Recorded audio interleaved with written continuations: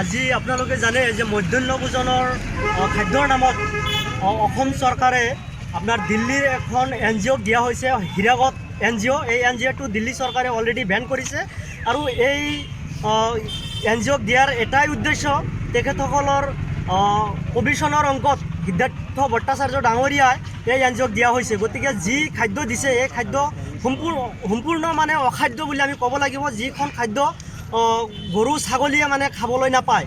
আৰু এটা কথা যেন এখন স্কুলত 400 ষ্টুডেণ্টৰ বিপৰীতে দেখিবলৈ পাইছোঁ 200জন ষ্টুডেণ্টৰ মানে খাদ্য দিয়ে, যিটো খাদ্য কণ ছাত্ৰ ছাত্ৰীয়ে খাব নোৱাৰে। গতিকে আমি দাবী জনাইছোঁ আমচুৰ তৰফৰ পৰা এই NGOৰ তদন্ত কৰিব লাগে আৰু এই NGOখন বেন কৰিব লাগে আৰু স্থানীয় আমাৰ অসমৰ যিবিলাক NGO আছে সেই NGOক দিব লাগে। নহ'লে আৰু এটা কথা যে যিবিলাক আমাৰ ৰান্ধনি আছে, এই ৰান্ধনি 1,70,000 ৰান্ধনি আছে, এই ৰান্ধনিসকলৰ ভৱিষ্যতৰ প্ৰতি লক্ষ্য ৰাখি আমি দাবী জনাইছোঁ এই ৰান্ধনিসকলক মানে স্থায়ীভাৱে মানে এটা সমাধা কৰিব লাগে।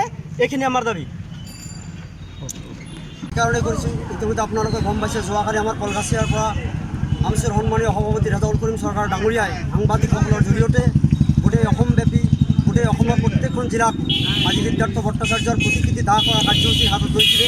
আমি এইকাৰণে কাৰ্যসূচী হাতত লৈছিলোঁ যে কণ ল'ৰা ছোৱালীক লৈ যি অসম চৰকাৰৰ অকৰ্মণ্য শিক্ষামন্ত্ৰী সিদ্ধাৰ্থ ভট্টাচাৰ্যৰ নেতৃত্বত যি ভেজাল খাদ্য স্কুলত যোগান ধৰিছে আৰু বহিৰাগত ৰাজ্যৰ পৰা দিল্লীৰ পৰা ভাড়া কৰি অনা বেণ্ড NGO বন্ধ হৈ যোৱা NGOৰ দ্বাৰা যি খাদ্য আজি মানে যোগান ধৰি আছে সেই খাদ্যত সম্পূৰ্ণ ভেজাল আৰু সেইটো গাহৰিও নাখায়, কুকুৰেও নাখায়। সেইটো এটা জীৱশ্ৰেষ্ঠ মানুহৰ আৰু ল'ৰা ছোৱালীক মানে অস্বাস্থ্যকৰ খাদ্য খুৱাই এটা যি পৰিৱেশৰ সৃষ্টি কৰিছে, যাৰ কাৰণে আমি আমচুৱে সদৌ অসম সংখ্যালঘু ছাত্ৰ আমচুৱে কলগাছিয়াৰ মাজমজিয়াৰ পৰা আমি সিদ্ধাৰ্থ ভট্টাচাৰ্যৰ প্ৰতিকৃতি দাহ কৰিছোঁ। আৰু লগতে সংখ্যালঘুৰ বিত্তীয় ধন যি বৃত্তিৰ ধন সেই জলপানীৰ টকা আত্মসাৎ কৰিছে।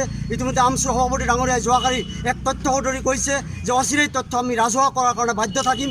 এইকাৰণেই প্ৰায় মানে 200 কৰোৰৰ ওপৰত আজি মানে প্ৰায় সম্পূৰ্ণ টকা আত্মসাৎ কৰিছে এই মানে বিত্তীয় টকা, যি মানে টকা আত্মসাৎ কৰাৰ মানে এতিয়ালৈ মানে মুখ্যমন্ত্ৰী ডাঙৰীয়াই যিহেতু উন্নয়নৰ শ্লোগান দি থাকে, গতিকে সৰ্বানন্দ সোণোৱাল ডাঙৰীয়াক আজি এই কলগাছিয়া সংবাদ মাধ্যমৰ জৰিয়তে আহ্বান জনাইছোঁ অতি শীঘ্ৰে যি ভেজাল খাদ্য আজি বহিৰাগত NGOৰ দ্বাৰা মানে স্কুলত যোগান ধৰি আছে এইটো বন্ধ কৰিব লাগে।